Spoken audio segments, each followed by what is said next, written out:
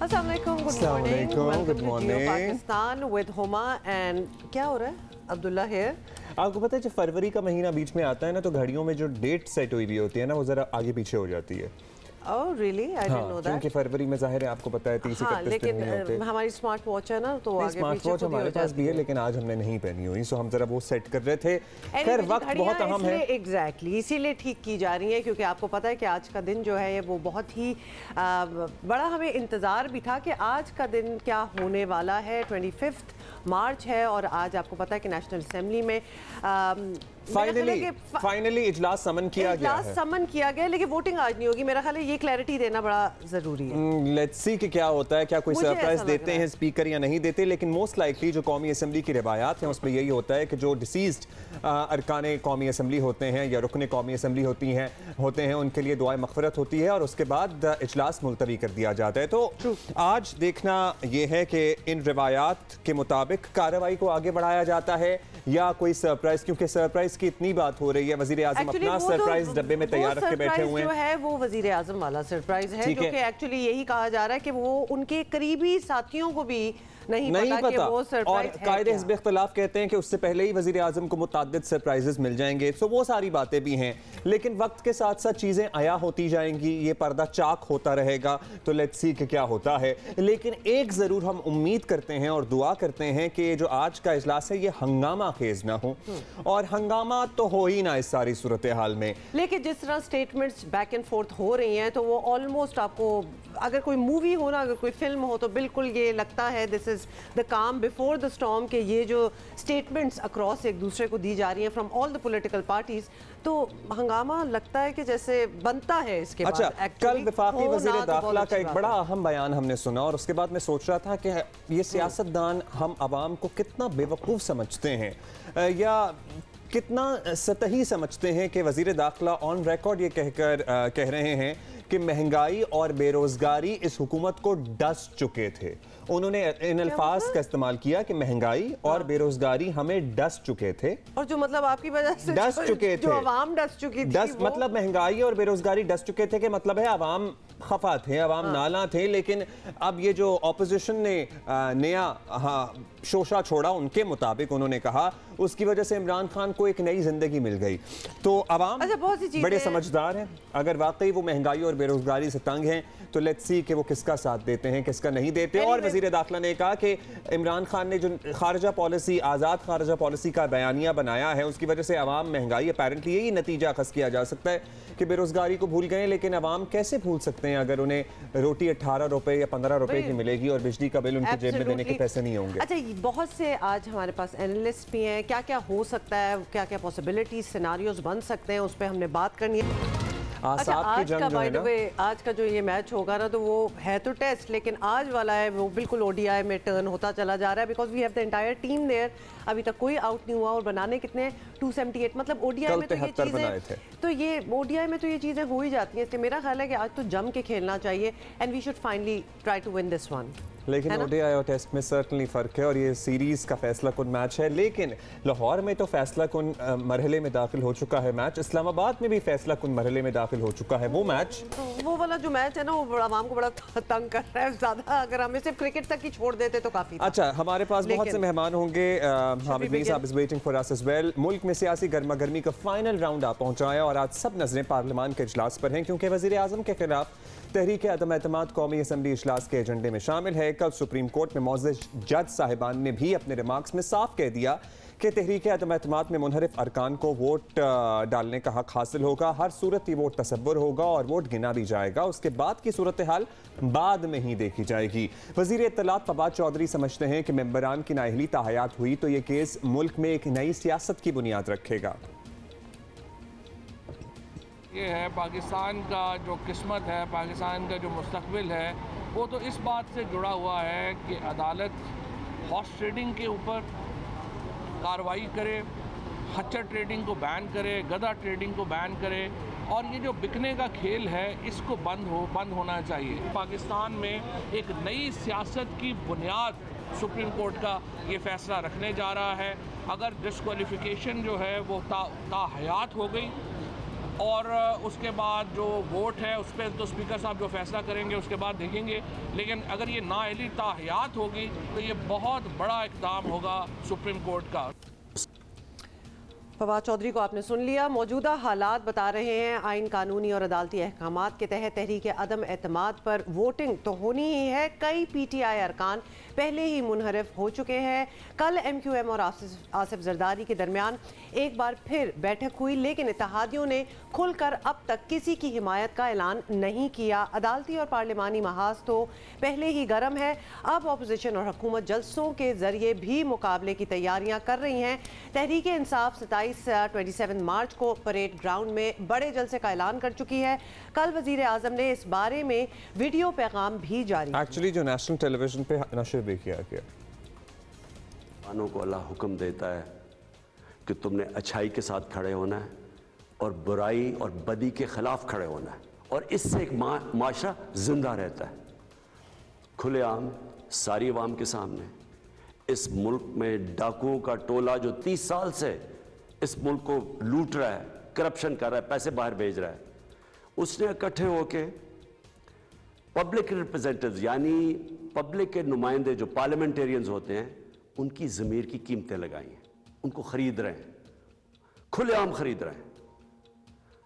मैं ये चाहता हूं कि सारी मेरी कौम 27 तारीख को मेरे साथ निकले, सिर्फ एक पैगाम देने के लिए कि हम बदी के साथ नहीं हैं, हम बदी के खिलाफ हैं। खैर, ये फैसला आवाम पे है। जनाब, आप वाकई इसे सियासी जंग समझते हैं या नेकी बदी की हद तक आप समझते हैं कि ये मामला पहुंच चुका है? This is up to you. I guess you would use your common sense and all the thought process. अभी हम आगे बढ़ते हुए ये भी बता दें आपको कि वज़ीर आज़म तो बरमला कहते ही रहते हैं और कहा भी है फिर से कि वो अपोजिशन से बात नहीं करेंगे। अपोजिशन लीडर शहबाज शरीफ ने भी कहा कि जनाब इनसे बात नहीं हो सकती, ऐसी ज़ुबान का जो इस्तेमाल करेगा उससे क्या बात होगी।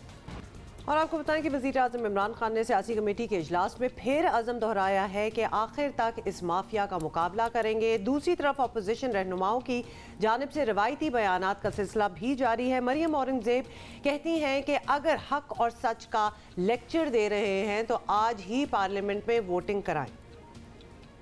वुज़रा जो इस वक्त जिनको अपना सामान पैक करना होना चाहिए था, जिनको अपने घर जाने की तैयारी करनी होनी चाहिए थी, वो लोग जिन्होंने 3.5 साल पाकिस्तान की आवाम का वक्त ज़ाया किया, वो 4 प्रेस टॉक कर रहे हैं, क्योंकि इमरान खान साहब का ये हुक्म है कि इतना झूठ बोलो कि वो सच लगने लग जाए। पाकिस्तान की आवाम को 19-20 साल से गुमराह करने वाला शख्स आज नेकी और बदी के ऊपर रियासती रिसोर्सेज का इस्तेमाल करके, रियासती वसाइल का इस्तेमाल करके पाकिस्तान की आवाम को नेकी और बदी के ऊपर लेक्चर दे रहा है। मोड़ने तोड़ने की कोशिश ना करें, कोई आइन से बाला नहीं है, आइन सबसे अहम चीज़ है और ये इत्तेहादी भी मानते हैं।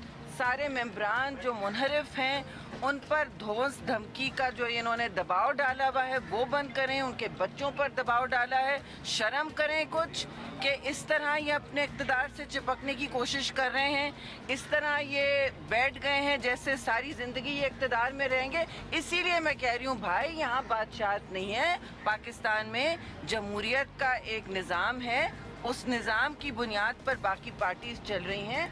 आप हौसला करें और अपने आप को अब मुस्ताफ़ी हो जाएं, वक्त आ गया है। उधर जनाब अकबर बाबर साहब ने भी स्पीकर, गवर्नर सिंध और गवर्नर खैबर पख्तूनख्वा से इस्तीफे का मुतालबा कर दिया। उन्होंने कहा कि PTI ने 11 अकाउंट्स गैर कानूनी तस्लीम किए हैं, जिनमें इन तीनों के अकाउंट्स भी मौजूद हैं और शामिल हैं, तो ये तो इस्तीफ़ा दें। सुनिए उन्होंने क्या कहा।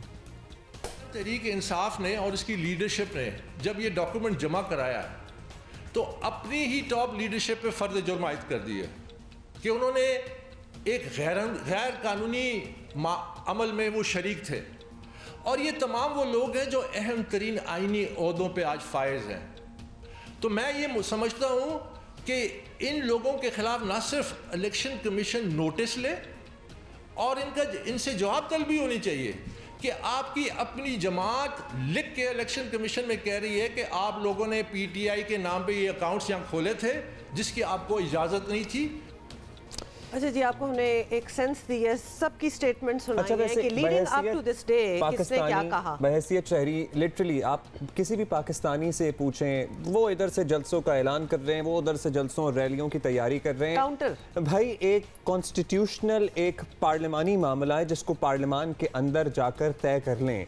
मतलब इस वक्त वाकई इतने केओस का मुल्क हमारा मुतहम्मिल हो सकता है। हज़ारों लाखों लोग अपोजिशन की जमातों के और बकौल इमरान खान के हज़ारों लाखों लोग उनकी जमात के अगर शहर इक़्तिदार और उसके इर्द गिर्द मौजूद होंगे तो ये कितना बड़ा सिक्योरिटी रिस्क है। और चार्ज होते हैं कारकुनान, और फिर आपको पता ही है हमारे लीडरान बयानबाजी में कतराते नहीं है, तो एक्चुअली ज़्यादा एंजॉय करते हैं वो। दे वुड रादर के बयानबाजी होते रहे। यही सब कुछ हमने पता करना है। नौशीन यूसुफ हमारी कॉरेस्पॉन्डेंट इस्लामाबाद में है, उनसे पता कर लेते हैं। नौशीन, सबसे पहले तो एक ज़रा मूड के बारे में बताएं, एक सेंस दें कि इस्लामाबाद में इस वक्त क्या मूड है, और ख़ास तौर पे आज हम असेंबली में एक्सपेक्टेशन हमारी क्या होनी चाहिए? दुआए मग़फ़िरत होगी, उसके बाद क्या सेशन ख़त्म हो जाएगा? What are you expecting? जी आपने मुझसे नहीं मीर साहब, आपसे हम 2 मिनट में आएंगे आपके पास। जी नौशीन बता रही हैं। जी नौशीन कौन? जी बिल्कुल, इस्लामाबाद का इस वक्त दर्जा हरारत भी, हालांकि सुबह का वक्त है 9 बज रहे हैं, लेकिन इस्लामाबाद में सूरज भी काफ़ी आबोदाब से चमक रहा है। और इस्लामाबाद का जो दर्जा हरारत, सियासी दर्जा हरारत, वो भी काफ़ी चढ़ा हुआ है। गुज़िश्ता शब लेट शब तक जो है वो मीटिंग्स होती रही अपोजिशन की जमातों की, जो इत्तेहादी जमातें हैं उनके साथ मुख्तलिफ जोड़ तोड़ हो रहे हैं, क्योंकि जो आज एजेंडा है अब सामने आ चुका है कौमी असम्बली का, और उसमें क्योंकि रिक्विजिशन इजलास है तो उसमें अब वो शामिल कर दी गई है जो अपोजिशन की जानिब से तहरीक अदम एतमाद है, वज़ीर आज़म के खिलाफ अदम एतमाद की करारदाद है, वो एजेंडे पे शामिल है। 152 अरकान के जो हैं उसके ऊपर दस्तखत हैं, एजेंडा में तो शामिल है। लेकिन चूँकि पार्लिमानी रिवायात है कि जब किसी रुकन का इंतकाल होता है तो उस इंतकाल के बाइस उस रोज़ जो होती है फातिहा की जाती है, जिसके बाद इजलास को एडजर्न कर दिया जाता है। लेकिन चूँकि ये एक रिक्विजिशन सेशन है जिसपे अपोजिशन की जानिब से जो आई हुई है, जो एजेंडा भी दिया हुआ है, और वो तहरीक अदम एतमाद है। तहरीक अदम एतमाद का ये तरीक़ाकार होता है कि जिस दिन फर्स्ट वर्किंग डे होता है उसको वो पेश की जाती है। उसके बाद स्पीकर जो होता है वो डेज़ मुख्तस करता है कि कितने दिन उस पर बहस कराई जाएगी। लेकिन जो इस पर वोटिंग होती है वो थर्ड डे की एक्सपायरेशन से पहले नहीं होती, यानी 3 से 7 दिन के अंदर अंदर इसको वोट आउट करना होता है। और जब तक ये तहरीक जो होती है या डिस्पोज ऑफ नहीं हो जाती या वोट ऑफ कॉन्फिडेंस कामयाब नहीं हो जाता तो ये जो है इस इजलास को प्रोरोग नहीं किया जा सकता। ये भी इंपॉर्टेंट बातें हैं। आइन में भी 95 आर्टिकल जो है वो भी इस हवाले से है, और जो रूल्स ऑफ बिजनेस है कौमी असेंबली के, उसका जो 37 सेक्शन है वो भी इसी हवाले से है। लिहाजा आज जो है इजलास होने जा रहा है, लेकिन चूँकि ख्याल जमान जो कि PTI के MNA थे उनका इंतकाल हुआ, और उनके इंतकाल के बाद ये पहला इजलास का जो होने जा रहा है, तो हुकूमत तो डेफिनेटली यही चाह रही है कि वो इस इजलास को एडजर्न करे और मज़ीद टाइम लेने की कोशिश करेगी। लेकिन अपोजिशन की जानिब से पूरा प्रेशर है कि आज पेश कर दी जाए, अगर एजेंडे में शामिल है तो तहरीक पेश कर दी जाए, तो तीसरे दिन के बाद ही उस पर फिर वोटिंग हो सकेगी। बहुत शुक्रिया नौशीन, हम आपसे थोड़ी देर या अगले घंटे में दोबारा से पूछते रहेंगे। आप हमें अपडेट कर रही हैं शहर इक़्तिदार से। हामिद मीर साहब सीनियर सहाफ़ी तज्ज़ियाकार हमारे साथ मौजूद है। मीर साहब, रात गए तक मुलाकातें हो रही थी, तो क्या कुछ तब्दीली आ रही थी सूरत हाल में जो रात गए तक ये दोबारा से सीनियर रहनुमा कायदीन बैठे और डिस्कशन चलती रहीं? क्या सेंस है इस्लामाबाद में इस वक्त, चूँकि आप मौजूद हैं, आप बड़ा क्लोजली मॉनिटर कर रहे हैं सब कुछ, दोनों ही हमें तो बड़े कॉन्फिडेंट लगते हैं, लेकिन एक्चुअली में कौन कॉन्फिडेंट है? देखिए, मुलाकातें जो है ना ये रूटीन में चल रही हैं, काफी दिन से चल रही हैं, लेकिन कल क्योंकि जो असेंबली का एजेंडा था वो शाम तक क्लियर नहीं था और पीपल्स पार्टी और मुस्लिम लीग नून के रहनुमाओं की तरफ से इस पर एहतजाज किया जा रहा था, मीडिया को बताया जा रहा था कि कल असेंबली का इजलास है और अभी तक एजेंडा जो है उसको क्लियर नहीं किया जा रहा। फिर जब एजेंडा क्लियर हो गया तो उसके बाद फिर जो अपोजिशन की 3 बड़ी पार्टियां हैं उनके रहनुमाओं ने शहबाज शरीफ साहब के घर पे इकट्ठा होकर स्ट्रेटजी बनाई कि कल के इजलास में क्या करना है। तो आज के इजलास में जो अपोजिशन है वो कोशिश ये करेगी कि जब दुआए मग़फ़िरत हो जाएगी ख्याल ज़मान साहब के लिए, तो उसके बाद वो कोशिश करेंगे कि आज ही वो जो तहरीक अदम एतमाद है उसको टेबल कर दें, क्योंकि असेंबली सेक्रेटेरिएट में जमा तो करवा दी गई है, काफी दिन पहले जमा करवाई जा चुकी है, लेकिन उसको आज के इजलास में टेबल करना जरूरी है ताकि जो आर्टिकल 95 का जो तरीकाकार है कि 3 से 7 दिन के अंदर अंदर उस पर राय शुमारी करवानी है, वो प्रोसेस भी शुरू हो जाए। लेकिन इसमें मुझे लग ये रहा है कि हुकूमत जो है वो आज ये कवर लेगी कि क्योंकि ये मामला जो है ये सुप्रीम कोर्ट में ज़ेर समाअत है, तो शायद इसको वो अगले हफ्ते तक ले जाएंगे, 28 मार्च या 29 मार्च तक ले जाएंगे, लेकिन उससे आगे वो जा नहीं सकते। और जिस दिन भी ये रायशुमारी हो जाएगी, वोटिंग हो जाएगी जिस दिन, उस दिन मुझे लगता है इमरान खान साहब की हुकूमत खत्म हो जाएगी। अब उनके पास कुछ भी नहीं बचा, कोई ट्रम्प कार्ड नहीं है उनके पास, कोई सरप्राइज नहीं है। ये इस्लामाबाद के गली कूचों में दरो दीवार को, दरख्तों को, परिंदों को सबको पता चल चुका है कि अब उनके पास कुछ भी नहीं है। हालांकि कल नेशनल टेलीविजन पे उन्होंने बड़ा कैटेगोरिकली खास तौर पे कुछ वर्ड्स भी ऐसे इस्तेमाल किए गए जो कि काफ़ी इमोशंस राइल अप कर सकते हैं, जो आवाम देख रही होगी उनको। नेकी और बदी की उन्होंने जंग बना दी और बड़ा उन्होंने खुली इन्विटेशन दी कि सारे 27 मार्च को पहुंचे। दो बातें इसमें, क्या ये वाकई आपको नेकी और बदी की जंग लग रही है? और दूसरा ये कि एक टेलीविजन का फोरम इस्तेमाल करके वजीर आजम लोगों को यहाँ PTV पे इनवाइट कर रहे हैं, क्या वो भी जरा बात गलत ना हुई कि उन्होंने ये मीडियम जो है उसको इस्तेमाल किया अपने पर्सनल मफाद के लिए? देखिए, ये पाकिस्तान के जो अवाम हैं वो बड़े समझदार हैं, और ख़ास तौर पे वो लोग जो दीन को समझते हैं या थोड़ी बहुत दीन की अंडरस्टैंडिंग रखते हैं। अब पिछले 2-3 दिन में मुझे बहुत से जो अरकान कौमी असम्बली जो कि उस ग्रुप में शामिल हैं जो कि इमरान खान के साथ नहीं है, और मैं आपको बता रहा हूँ कि वो 12-13 नहीं है, उनकी तादाद काफ़ी ज़्यादा है, तो वो लोग जो हैं वो एक खातून MNA और उनके शौहर कल रात को मेरे से ये बात कर रहे थे, काफ़ी लेट नाइट। वो कह रहे थे कि ये आज कल रात को हमने भी अपने शो में वो चलाया था क्लिप इमरान खान साहब का अमर बिल मारूफ वाला, तो वो कह रहे थे कि आपको ये नहीं चलाना चाहिए था क्योंकि आपको पता है कि वो झूठ बोल रहा है। मैंने कहा नहीं, वो मुझे तो पता है, लेकिन वो मुल्क का प्राइम मिनिस्टर है और वो एक बात कर रहा है तो उस पर बात तो हमें करनी है। उसने कहा देखिए, एक तरफ वो कह रहा है ये नेकी और बदी की जंग है, दूसरी तरफ वो पब्लिकली भी हमें कांटेक्ट कर रहे हैं कि वापस आ जाओ, मैं तुम्हारा बाप हूं, और लोग भी हमारे पास भेज रहे हैं, मैसेजेस भी भेज रहे हैं। और उन्होंने कहा कि फवाद चौधरी साहब जो हुकूमत के तर्जुमान हैं वो दावा कर रहे हैं कि 6 से 7 जो बागी MNA हैं वो वापस आ चुके हैं और बाकी भी आ जाएंगे। तो आपको नहीं पता कि हम 13 के 13 जो हैं हम कहां पे बैठे हुए हैं? बायदी वो अब सिंध हाउस में नहीं है, तो आपको नहीं पता कि आप हमें कहां पे मिल रहे हैं और हम कहां पे बैठे हुए हैं और हमारी यहाँ पे तादाद कितनी है। मैंने कहा हाँ, आप तो यहाँ पे सारे के सारे इकट्ठे हैं और पूरे हैं आप। तो उसने कहा फिर वो फवाद चौधरी साहब झूठ नहीं बोल रहे, और फिर आपको नहीं पता कि अगर ये नेकी और बदी की जंग है, हक और बातिल की जंग है, तो इसमें अगर हम बातिल की तरफ हैं तो वो फिर बातिल को क्यों बुला रहे हैं अपनी तरफ? ये कहां से हो गई नेकी और बदी की जंग? आप ये बात क्यों नहीं बोलते? तो फिर कौन से उसूल और कौन से उसूलों की सियासत अगर बातिल को अपने साथ दोबारा से मिलाने की बात की जा रही है? मीर साहब, हम कल वजीर दाखिला शेख रशीद कहते हैं कि आप वैसे तो वो 2014 में भी बहुत सी बातें करते थे, कुर्बानी से पहले कुर्बानी और एम्पायर की उंगली आज और एम्पायर की उंगली कल, लेकिन फिर से कल वो अपने ही अंदाज में बोले कि जनाब कबल अज वक्त इलेक्शन भी हो सकते हैं पाकिस्तान में और सब लोग यही हैं और यही सेटअप आगे बढ़ेगा और यही लोग काम करेंगे।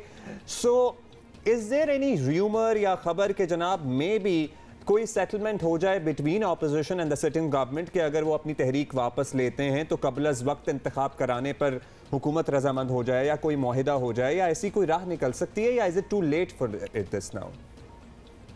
अगर आप ये सवाल पूछते हैं ना शहबाज शरीफ साहब से या बिलावल साहब से या मौलाना फजलुर रहमान साहब से, अगर वो आपके सामने बैठे होते तो वो तीनों में से जो भी आपके सामने बैठा था वो बहुत जोर का कहकहा लगाता और आप भी खिलखिला के हंस पड़ते। देखिए, बात ये है कि ये है, सॉरी टू से, सवाल तो करना आपका फर्ज है और मैं भी यकीनन यही काम करता हूँ, सवाल करता हूँ, लेकिन ये दरअसल हुकूमत का एक नया नैरेटिव है। ये पिछले 3-4 दिन से उनके कुछ गुजरा जो हैं उन्होंने ये काम शुरू किया हुआ है कि जी हमारी ऑपोजिशन के साथ बातचीत हो जाएगी। भाई, एक तरफ तो आप कहते हैं कि हमने इनको NRO नहीं देना, और दूसरी तरफ अब आप कहते हैं कि जनाब अर्ली इलेक्शन के इशू पे आप हमारे से बातचीत कर लें। ये कुछ वुज़रा की तरफ से ऑपोजिशन की कुछ शख्सियात को कुछ सहाफ़ियों के जरिए ये बात पहुंचाई गई कि देखें हम सेटलमेंट कर लेते हैं और आप इलेक्शन चाहते हैं ना, आप हमें हटा के तो इसी साल इलेक्शन करवाना चाहते हैं, हम आपको सितंबर-अक्टूबर में इलेक्शन की कमिटमेंट दे देते हैं, आप हमारे साथ रिटर्न एग्रीमेंट कर लें, आप तहरीक अदम-ए-एतमाद वापस ले लें। तो ये बात शहबाज शरीफ साहब को जब किसी ने पूछी तो वो भी हंस पड़े। बिलावल साहब को पूछी गई तो वो तो बहुत ही जोर से हंसे, और मौलाना फजलुर रहमान जो है वो पहले हंसे और फिर उन्होंने एक बहुत खौफनाक किस्म की स्टेटमेंट दी जो कि मैं रिपीट नहीं करना चाहता। तो ये एक उनका नया नैरेटिव है। आप ये समझ लें कि अपने आप को बचाने का एक नया बहाना है कि अच्छा आओ अब हम आपके साथ मुज़ाकरात कर लेते हैं। देखिए, इमरान खान साहब बार बार एक बात कहते हैं कि मैं किसी को एनआरओ नहीं दूंगा, अपने बागी एमएनएस जो है उनको भी एनआरओ देने के लिए तैयार हैं और अब ऑपोजिशन को भी एनआरओ देने के लिए तैयार हैं कि फजलुर रहमान साहब कह रहे थे कि ये मैं इसको एनआरओ नहीं दूंगा, यानी कि ये एनआरओ अब इमरान खान साहब ने नहीं देना। इमरान खान साहब चाहते हैं कि ऑपोजिशन मुझे एनआरओ दे दे कि मैं इलेक्शन सितंबर अक्टूबर में करवा देता हूं। मुझे नहीं लगता कि ये बात चलेगी। अच्छा मीर साहब, एक बात आपसे पूछनी है कि शेख साहब भी कह रहे थे और दीगर लोग भी कह रहे थे कि हमें महंगाई और बेरोजगारी डस चुकी थी, यानी बरमला इस बात का एतराफ़ था हुकूमत के एक इत्तेहादी सीनियर मिनिस्टर की तरफ से कि महंगाई और बेरोजगारी हमें डस चुके थे, लेकिन अब ये जो नया ऑपोजिशन ने की बदौलत हमने नैरेटिव अपनाया है, खारजा पॉलिसी एट्सेट्रा एट्सेट्रा, इससे एक नई जान मिल गई है इमरान खान की हुकूमत को। तो क्या आप समझते हैं कि अवाम हमारे अब इतने भी समझदार नहीं हैं कि अगर वो महंगाई से तंग हैं या बेरोजगारी से तंग हैं और कोई आके उन्हें खारजा पॉलिसी या कोई और बात करेगा तो वाकई वो उस तरफ चल पड़ेंगे?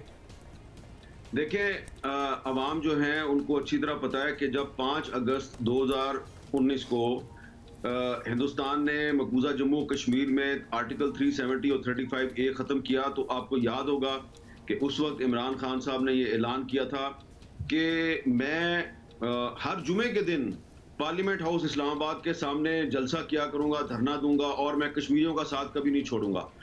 2 जलसे किए और उसके बाद वो भूल गए। अभी उन्होंने OIC की कॉन्फ्रेंस इस्लामाबाद में की, उससे 2 दिन पहले उन्होंने एक जलसा याम से खिताब करते हुए कहा कि मैं हिंदुस्तान को दाद देता हूं कि उसकी खारजा पॉलिसी जो है वो बड़ी इंडिपेंडेंट है, जबकि उसी मोदी को वो पार्लियामेंट हाउस के सामने खड़े होकर हिटलर भी कहते थे। ये जो चीज है ना, ये बड़ी सेंसिटिव है और ये सिर्फ आज़ाद कश्मीर और मकबूजा कश्मीर के अवाम कभी नहीं भूलेंगे, पाकिस्तान के लोग भी कभी नहीं भूलेंगे कि आपने पहले मोदी को हिटलर कहा, फिर आपने जलसा आम से खिताब करते हुए और आपने कहा कि जी मोदी की खारजा पॉलिसी की मैं दाद देता हूं। तो मोदी और आपकी जो मोहब्बत है उसकी वजह यह है कि अब आपका एक नया जो पंजाबी में कहते हैं नवा जो मुआशका है वो पुतिन साहब के साथ शुरू हो गया है, और पुतिन साहब के साथ जो आपका लव अफेयर है उसमें आप यूक्रेन को भूल गए। वो यूक्रेन जिसने अगस्त 2019 में जब मोदी ने 370 खत्म किया कश्मीर में, तो यूक्रेन ने यूनाइटेड नेशंस की सिक्योरिटी काउंसिल में पाकिस्तान की और कश्मीरियों की हिमायत की थी। और वो यूक्रेन जो है उसने पिछले साल पाकिस्तान के साथ एक मुआहदा किया कि हम आपके 300 T-80 टैंक्स जो हैं उनको मॉडर्नाइज करेंगे आप, और वो जो फैक्ट्री यूक्रेन में वो फैक्ट्री जिसने वो टैंक मॉडर्नाइज करने उस पर अब रूस ने कब्जा कर लिया है, तो उस रूस का आप साथ दे रहे हैं यूक्रेन के मुकाबले में। वो यूक्रेन जो कश्मीरियों का भी सपोर्ट कर रहा था और हमें भी सपोर्ट कर रहा था, हमें T-80 टैंक भी दे रहा था, मॉडर्नाइज भी कर रहा था। तो ये है आपकी खारजा पॉलिसी। अमेरिका वाला जो नैरेटिव है उसका तो सिंपल सा जवाब है कि अमेरिका ने आपसे फौजी अड्डे मांगे ही नहीं थे, तो एब्सोल्युटली नॉट वाली बात ही नहीं बनती। मीर साहब, बड़े सवाल हैं और भी, लेकिन टाइम हमारे पास कम है। बहुत बहुत शुक्रिया आपने और कुछ आपको क्लैरिटी, आई नो आपके भी बहुत मसरूफ दिन गुजरे। क्लैरिटी एक सवाल जो कि हम अपने बाकी एनालिस्ट से भी पूछेंगे कि ये राइल अप करने वाली पॉलिटिकल वर्कर्स को कि जी इधर से इतने लोग आ जाएं, उधर से उतने लोग आ जाएं, पार्लियामेंट के अंदर क्या बनना है उस पर कॉन्सेंट्रेशन होनी चाहिए या बाहर पे ज़्यादा कॉन्सेंट्रेशन हो रही है? हमें बड़ी इंटरेस्टिंग किस्म की खबरें मिलती हैं ब्रेक में सुबह सुबह, और फिर हमारी एक डिस्कशन होती है और पूरी टीम की डिस्कशन होना स्टार्ट हो जाती है। बट सॉरी, सीक्रेट्स हैं, हम आपको नहीं बता सकते। अच्छा जी, अभी आगे बढ़ेंगे और कल के मैच की बात करेंगे और आज के आखिरी फैसला कौन मरहले इस मैच के फैसला को मरहले की बात करेंगे। पाकिस्तान को 278 बनाने हैं और अगर इन्होंने बना लिए और बाय द वे पूरी टीम अभी बरकरार है, कोई आउट नहीं हुआ, तो we could win this thing. Abdul Majid Bhatti हमारे साथ मौजूद हैं, उनसे जरा बात करते हैं। भट्टी साहब, it was very bold of Australia कि उन्होंने कहा जनाब आ सकते हैं तो आइए जीतिए, वरना कोई फैसला हम निकाल लेंगे। और भट्टी साहब ऑल्सो टू मेंशन कि स्कोर इतना इंप्रेसिव था नहीं कि वो इस तरह अगले को इनवाइट कर लें। व्हाट वर दे थिंकिंग, क्या आउट कर देंगे? देखिए, आखिरी दिन की पिच है हुमा और अब्दुल्ला, और आसान नहीं है 278 रन। अगर आप एवरेज निकाले 2 घंटे का एक सेशन होता है, 93 रन एक सेशन में पाकिस्तान को बनाने हैं। आज जुमे का दिन है, पहला सेशन 2.5 घंटे का है। मेरा ख्याल में अगर पाकिस्तान के पास विकेटें हाथ में हुई तो शायद टी टाइम पर फिर पाकिस्तान जीत के लिए सोच सकता है। लेकिन इस वक्त जब आज सुबह मैच शुरू होगा तो मेरे ख्याल में पहला हदफ जो होगा पाकिस्तान का जो वो यही होगा कि किसी तरीके से इस मैच को ड्रॉ की तरफ लेके जाया जाए, क्योंकि पिच जो है उसमें बहुत ज्यादा वेयर एंड टेयर है, गेंद स्पिन भी हो रही है, गेंद रिवर्स स्विंग भी हो रही है। तो पाकिस्तान अगर सुबह से ही जीत का सोचकर ग्राउंड में उतरेगा तो ऐसे ना हो कि विकेटें गंवाने के चांसेस बढ़ सकते हैं। राइट, जी हाँ। सो ये स्ट्रैटेजी है ऑस्ट्रेलिया ने। अच्छा, बाज लोग ऑस्ट्रेलिया की इस स्ट्रैटेजी पे भी सवालात उठा रहे हैं, बट आपको लगता है कि उन्होंने जो किया वो सही फैसला था? As in, it was brave of them and bold of them. Bold तो बिल्कुल, इसमें कोई शक नहीं है कि ब्रेव डिक्लेरेशन है, लेकिन जितनी क्रिटिसिज्म कराची टेस्ट ड्रॉ होने के बाद पैट कमिंस पर हुई, मेरे ख्याल में उसका भी एक नतीजा था कि उन्होंने थोड़ा ब्रेव डिक्लेरेशन किया है। लेकिन टेस्ट मैचेस में देखें अच्छा खासा 300 प्लस और 4 अगर सेशन हो तो आसान टारगेट नहीं कहा जाता, और एशियन कंडीशन में जहां बहुत ज्यादा गेंद ब्रेक हो रही है। देखें कल शाम में भी मैच खत्म होने से थोड़ी देर पहले एक कैच निकला अब्दुल्ला शफीक का जो स्टीव स्मिथ ले नहीं सके, फिर एक कॉर्ट वाइंड की अपील हुई थी जो अंपायर ने आउट दे दिया, फिर वो नॉट आउट करार दिए गए। तो कल जो 73 रन पाकिस्तान ने बनाया उसमें भी काफी इंटरेस्टिंग खेल हुआ, लेकिन पाकिस्तानी ओपनर्स को हमें क्रेडिट देना होगा, इमामुल हक को भी, अब्दुल्ला शफीक को भी। और अब्दुल्ला शफीक क्या जबरदस्त फाइंड है इस सीरीज की कि हम लोग खुद प्रोग्रामों में कहते थे कि यार ये सिफारशी प्लेयर है, लेकिन जब उनको प्रॉपर चांस मिला तो आज उन्होंने सारे क्रिटिक्स को अपनी परफॉर्मेंस से ऑस्ट्रेलिया जैसी बड़ी टीम के खिलाफ खामोश कर दिया। लेकिन आज इस सीरीज के सेकंड टॉप स्कोरर हैं, 450 से ज्यादा रन कर चुके हैं, मतलब he is brilliant. So thank you Bhatti साहब। Is there anything that you want to add? We have just 10 seconds. मैं सिर्फ एक वो जो कल एक पोस्टर लेकर एक खातून आई हुई थी कि ख्वाजा मेरे ख्वाजा सेंचुरी बना जा, तो उन्होंने सेंचुरी तो बना दी, लेकिन ये कि पाकिस्तान के खिलाफ 490 रन 3 टेस्ट मैचेस में उस्मान ख्वाजा ने बनाकर अपना जो उनका बर्थ प्लेस तो इस्लामाबाद है, पाकिस्तान में पैदा हुए, लेकिन पाकिस्तान के खिलाफ भी एक हिस्ट्री क्रिएट करके जा रहे हैं। इंडीड, और ये poster and there were multiple posters, बहुत शुक्रिया भट्टी साहब, जिसमें इंटरनेशनल प्लेयर्स को पीएसएल में आने की दावत दी जा रही थी। Very cute. हम आपसे ये चाहते हैं कि अवाम जब भी फैसला करें या सोचें, आपको पता ही है हमारे इर्द गिर्द इतना सब कुछ चल रहा है, और जब हमसे लोग मिलते हैं या आप लोग आपस में भी मिलते हैं, किसी फैमिली गैदरिंग में चले जाएं, किसी दोस्त से मिल रहे हो, रिश्तेदारों से मिल रहे हो, और यही बात होती है ना आपस में भी। हमें तो छोड़ दें, आप लोग आपस में भी यही बात करते हैं कि भाई क्या होगा क्या नहीं होगा। कोई भी बात सोचें, कोई भी बात करें, कोई भी फैसला आप अपने जहन में करें, लेकिन ये ज़रूर सोच लीजिएगा कि ये जो बढ़ चढ़ कर लोग कहते हैं ना कि ये हक और बातिल और नेकी और बदी, अल्टीमेटली ये सब मफादात की जंग। And can we also remind you that we have been there in the past as well. मतलब ये जो अभी हो रहा है ये इतनी भी कोई नई बात नहीं है, हमारा पॉलिटिकल कल्चर ही ऐसा है। तो ये टाइम एंड अगेन इस किस्म की बातें हो जाती हैं जहाँ साइड्स लेनी पड़ती हैं, और फिर अपनी साइड में मनवाने के लिए people will go to an extreme और आपको कन्विंस करने की कोशिश करेंगे कि हम ही सही हैं। बट प्लीज़ अब वो टाइम आ गया है कि आवाम को भी अपना जो दिमाग है ना उसको ज़रा यूज़ करने की ज़रूरत है और समझने की ज़रूरत है। और असल नेक तो वो नहीं होता जो कितना ही नेक हो, पारसा हो, नहीं नेक हो, पारसा हो, और उससे फिर भी अपनी इबादत और अपने अतबार पे शक हो कि ये अल्लाह ताला की बारगाह में चीज़ें कबूल भी होंगी कि नहीं होंगी। मतलब कितना ही इबादत गुजार हो, और ये आप सोचिए कि आप खुद ही ये फैसला कर बैठे कि मैं नेकी हूँ और वो बदी है, और मैं नेक हूँ और वो बद है। इसमें वो अंग्रेजी का वर्ड है ना ह्यूब्रिस, इसमें तो ऑलरेडी वो चीज़ आ जाती है कि I am the one, you know it is all about me. तो वो निगेट कर देती है इस पूरे पॉइंट को कि आप ऑलरेडी अपने आप की तारीफ़ें करें। खैर एनीवे जी, इस पे हमने बहुत सी बातें करनी है कि एक्चुअली क्या होने वाला है आज। आपको पता है कि आज इजलास है और बात कहाँ तक पहुँचेगी, और उसके हमारे साथ बहुत से सियासी तज्जियाकार होंगे, जल्द से जुलूस भी हैं, जल्द से जुलूस भी होप के। वैसे ये भी क्या ही आइडिया है एक्चुअली, बिल्कुल जब उन लोगों का कोई काम नहीं कि ना कोई वोटिंग प्रोसेस उनकी वजह से हो रहा हो, तो फिर उनको ये इनविटेशन क्यों दी जा रही है। इसमें भी एक अजीब किस्म का एलिमेंट नजर आता है कि क्यों इतने लोग जमा हो। क्या लॉ एंड ऑर्डर खराब होने का मसला हो सकता है जब इतने लोग intimidation. Abdullah, this is all about intimidation दोनों साइडों से, by the way let us tell you. और हम इसी पे बात कर लेते हैं। बहुत से लोग हमें ज्वाइन करेंगे इन दिस आवर ऑफ जियो पाकिस्तान।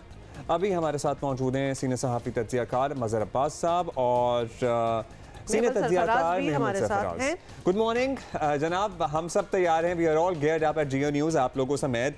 अभी अब हामिद मीर साहब से भी बात कर रहे थे और दीगर कुछ लोगों से भी बात कर रहे थे और अपनी भी बात कर रहे थे, दिल की बात कर रहे थे। आपको पता ही है हमारे इर्द गिर्द घरों में, दोस्तों में सब यही बात कर रहे हैं, लेकिन हमने ये अवाम पे फैसला छोड़ दिया है और हम यही कहेंगे कि अवाम 100 दफ़ा सोचें कि क्या नेकी और बदी की वाकई ये जंग है या ये सियासी मफादात और सियासत ही है। तो सियासत को सियासत और मजहब को मजहब रहने देना चाहिए। आई गेस मजहर साहब, सबसे पहले आप ही ये बता दें कि ये रंग देना इस सारी लड़ाई को या whatever you want to call, ये सही बात है, खास तौर पे जहां आवाम जो हैं उनके और बड़े इश्यूज चल रहे हैं। और आपको पता है अगर हम अपने सोशल मीडिया को एक सैंपल रख के देखें तो पोलराइजेशन ऑलरेडी इतनी हो चुकी है और उसमें इस किस्म की बातें कर देना ये डेंजरस। और मजहर साहब हमें ना हिस्टोरिकल पर्सपेक्टिव भी दे सकते हैं कि ये मजहब कार्ड जिसे कहते हैं वो माजी में भी कितनी दफा ही इस्तेमाल किया गया है। जी मजहर साहब जी, बहुत बहुत शुक्रिया। पहले तो 92 वर्ल्ड कप की आज सालगिरह है, उसको एंजॉय करें, फाइनल को एंजॉय करें। आप कहाँ संजीदा मौजूआत में फंस गए। लेकिन मजहर साहब वो सेलिब्रेशन तो 30 साल से कर रही है और सर वो तो जरा लड़ गई है हमें सेलिब्रेशन।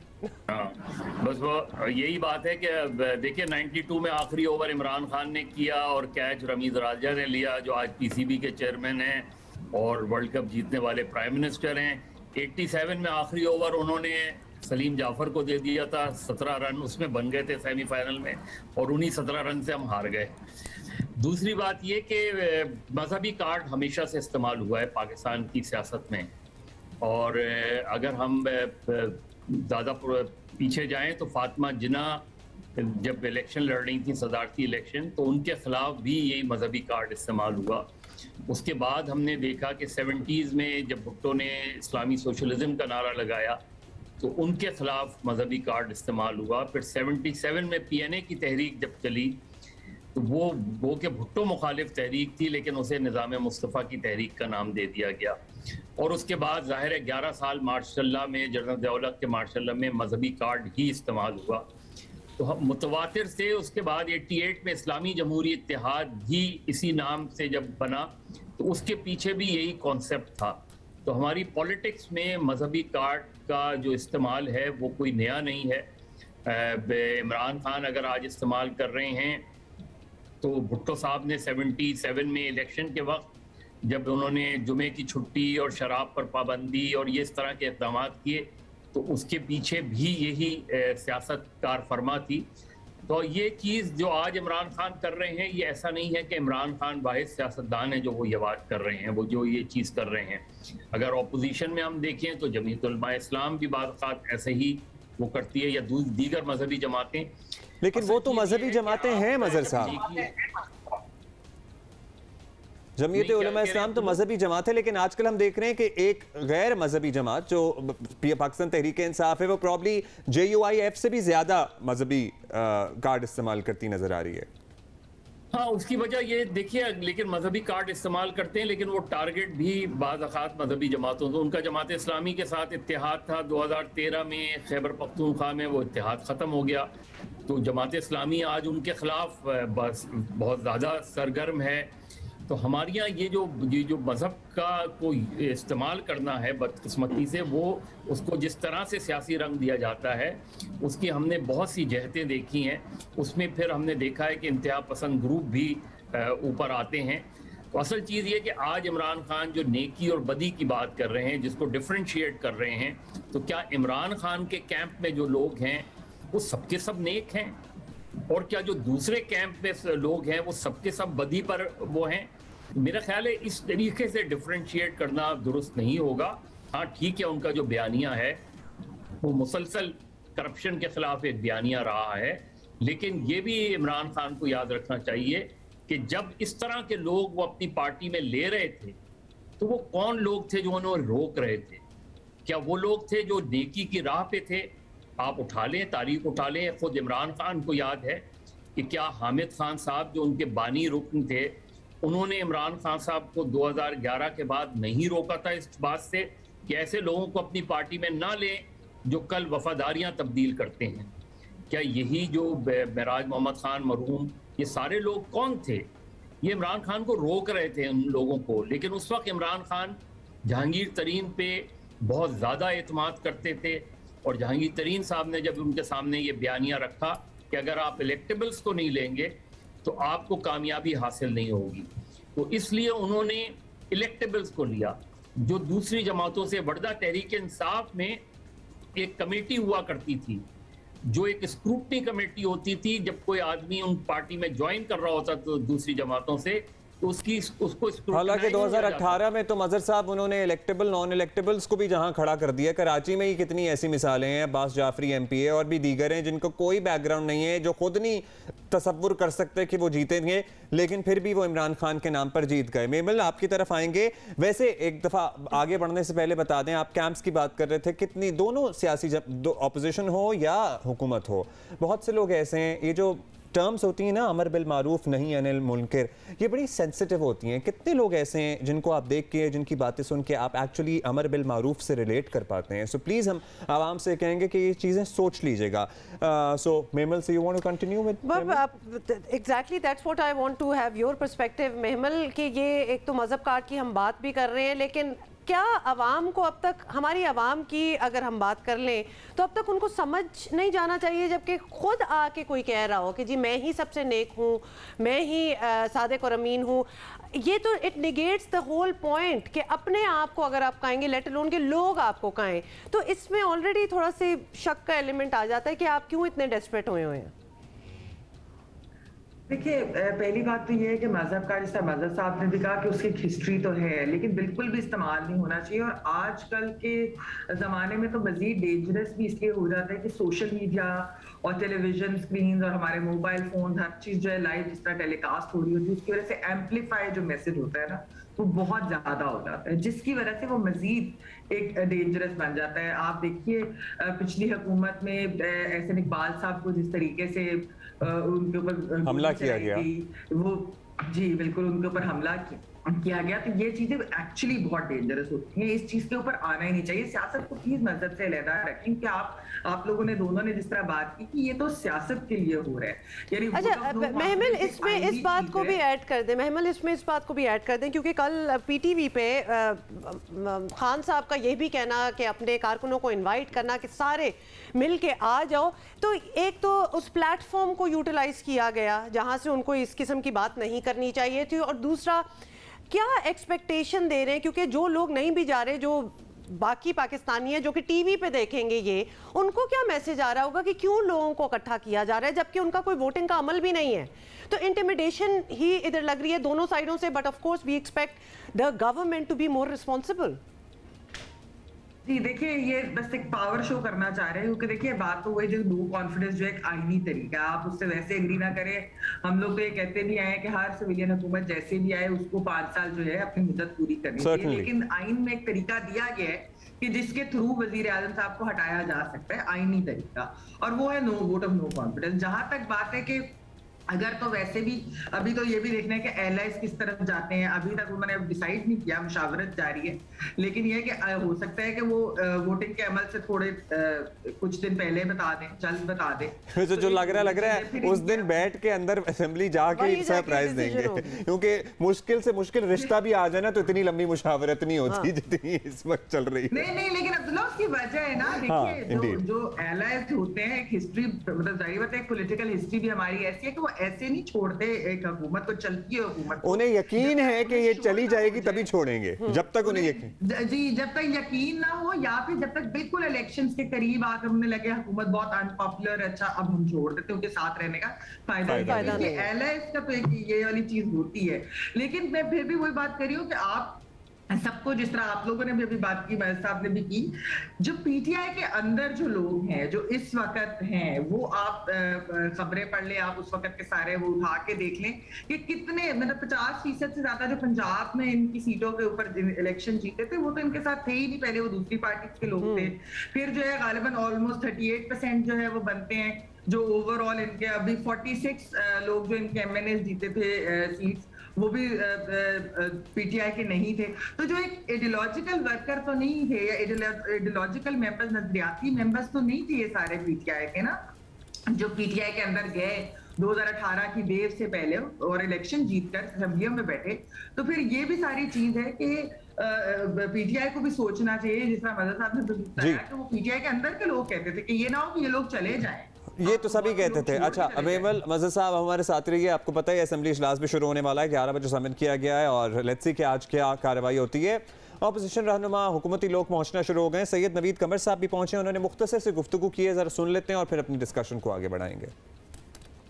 हमारे पास इस वक्त जितने नंबर हैं जो आज आप कुछ देखेंगे और कुछ इनके अलावा हैं तो वो इनसे कहीं ज़्यादा हैं और जो रिक्वायर्ड नंबर है 172 उससे भी कहीं ज़्यादा है। हुकूमत हर किस्म का हथकंडा जो है वो इस्तेमाल कर रही है कुर्सी से चिपके रहने के लिए, जिसमें स्पीकर के रोल को मुतनाज़ा बना के और रूल्स कॉन्स्टिट्यूशन सब की वायलेशन जो है वो हाथ में ले रही है सिर्फ इमरान खान की कुर्सी बचाने के लिए।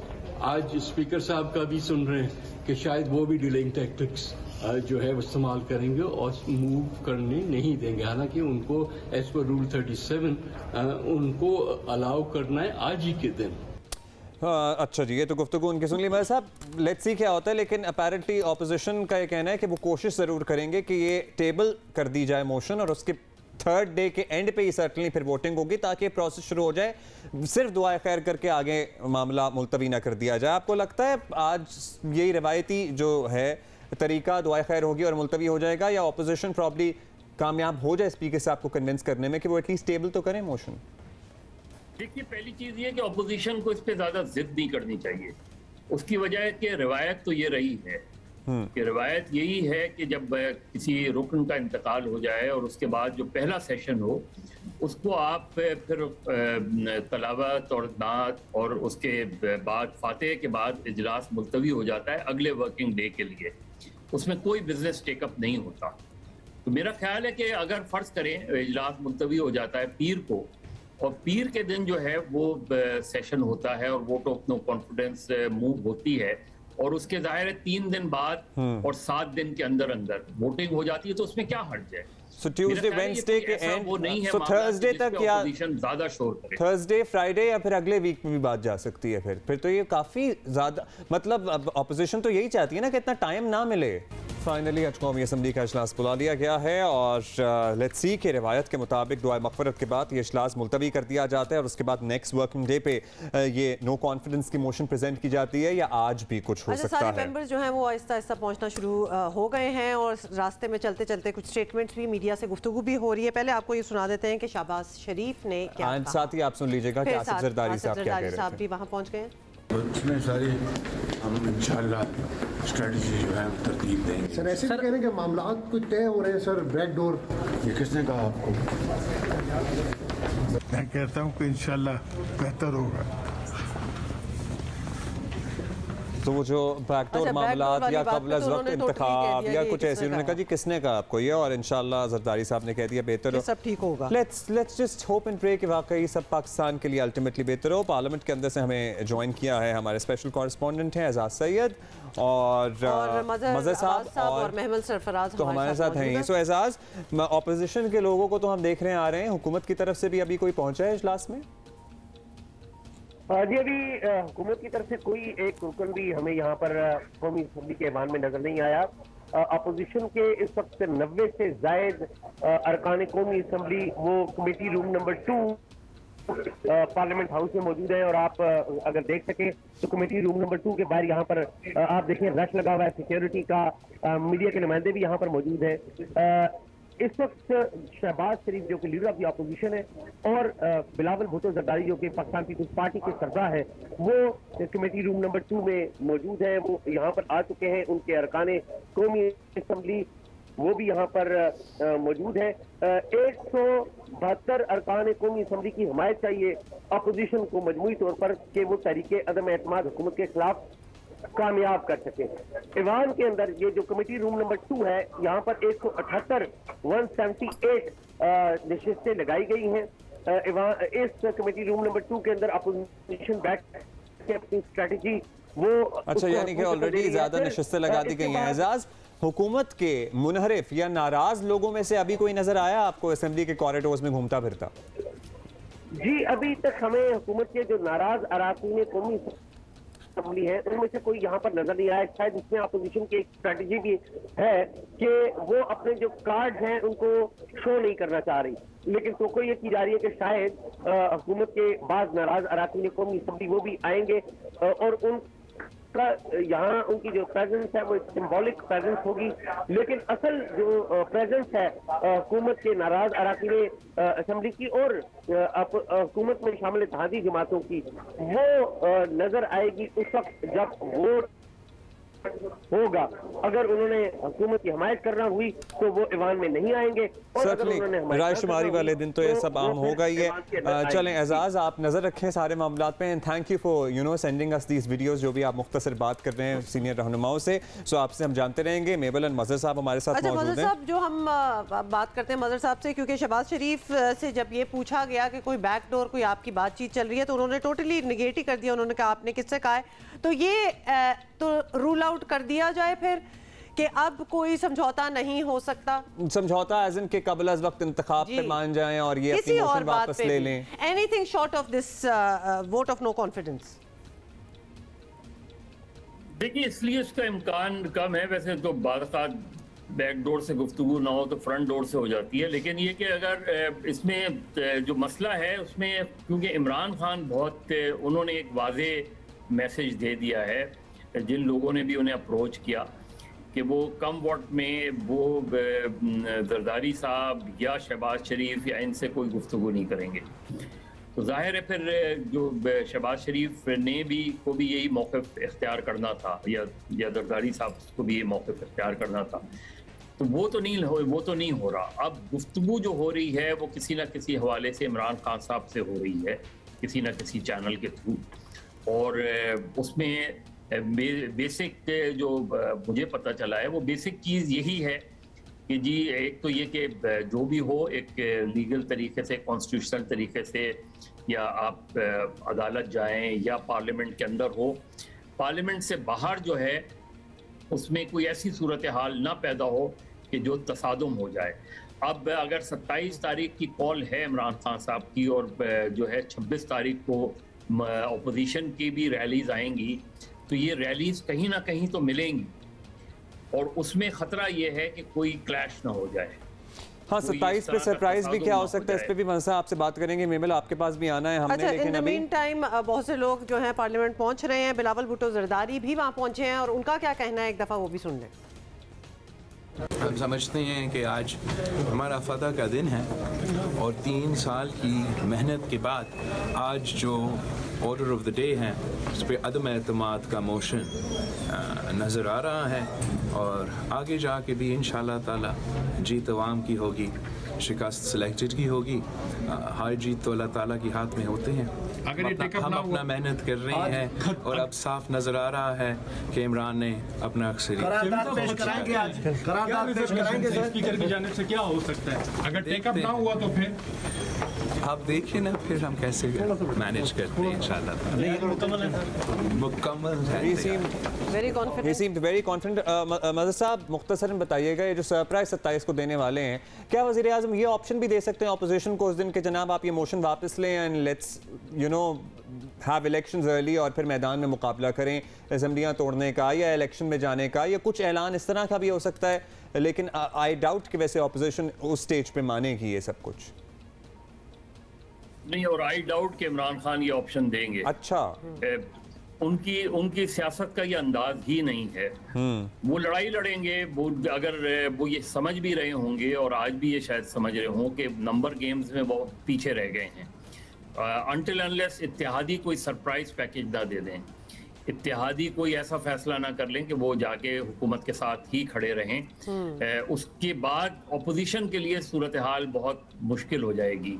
उसकी वजह यह है कि मुनर्रफीन के जो वोट का फैसला है वो जाहिर है वो लिंक्ड हो गया है अब सुप्रीम कोर्ट से। तो अगर इत्तेहादी दूसरी तरफ चले जाते हैं या हुकूमत के साथ रहते हैं तो अपोजिशन के लिए मुश्किलात बढ़ जाएंगी।